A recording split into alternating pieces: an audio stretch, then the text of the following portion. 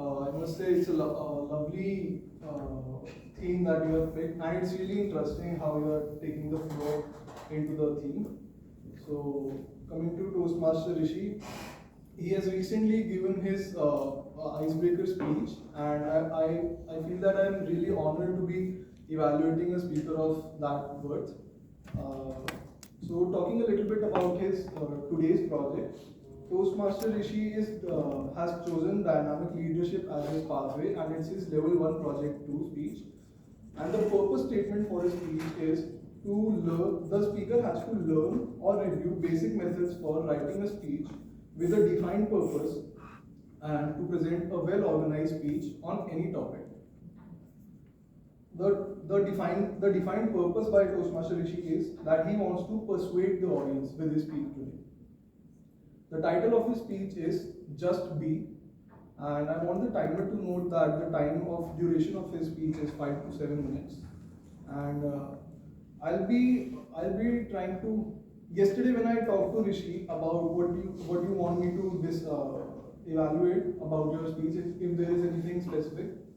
So there's something interesting that he said, and he said to me that I want you to be as critical as possible. Just be brutally critical about every aspect. He noted down multiple aspects, and I was really amazed by how much criticism he is looking for, and I really applaud him for that because that takes courage, and that is the way to improvement. And I hope that I'm able to meet his expectations. And I'll be evaluating his speech on content and delivery, and also based upon how well he served to the justice to the purpose that he has chosen. So all the best, Rishi. Looking forward to meeting you.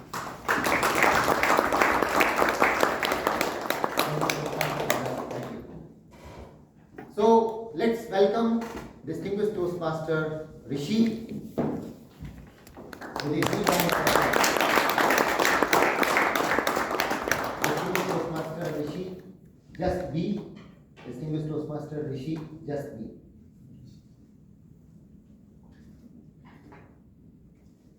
Sometimes surprising things happen in life. Surprising yet pleasant.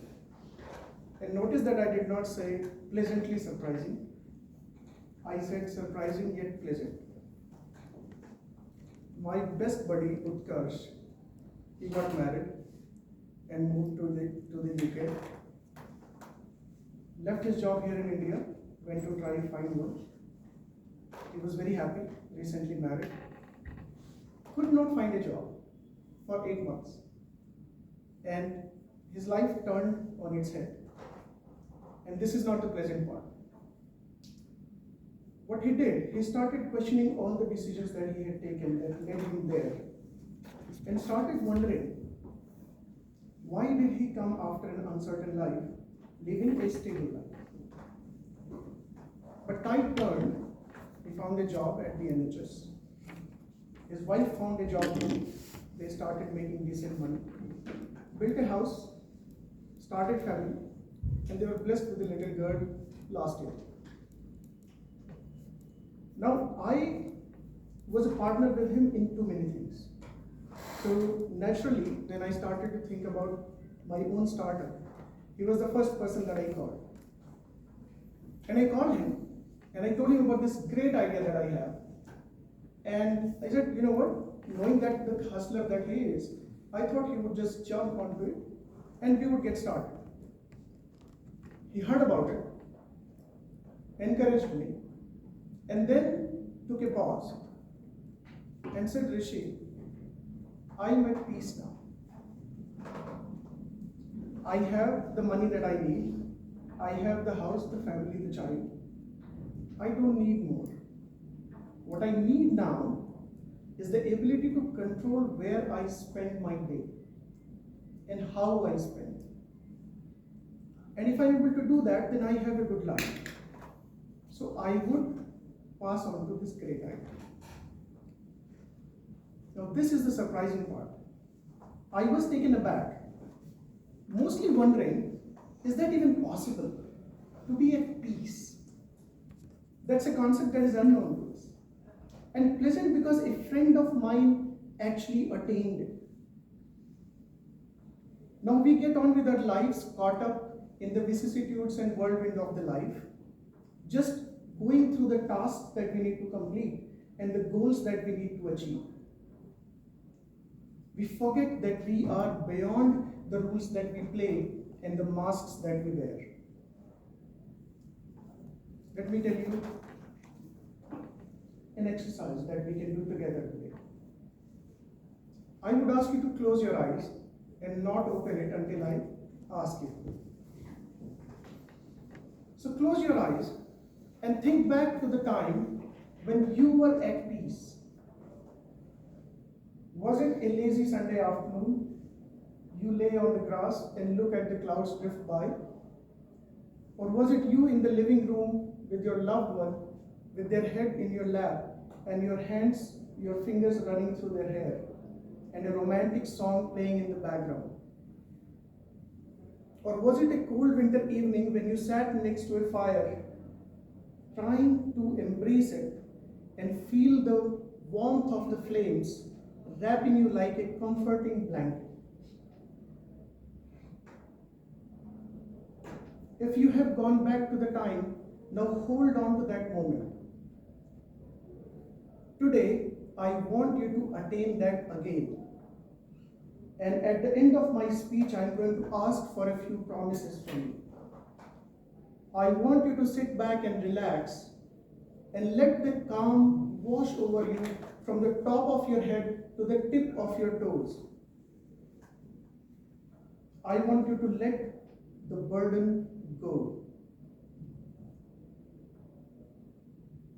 Now open your eyes.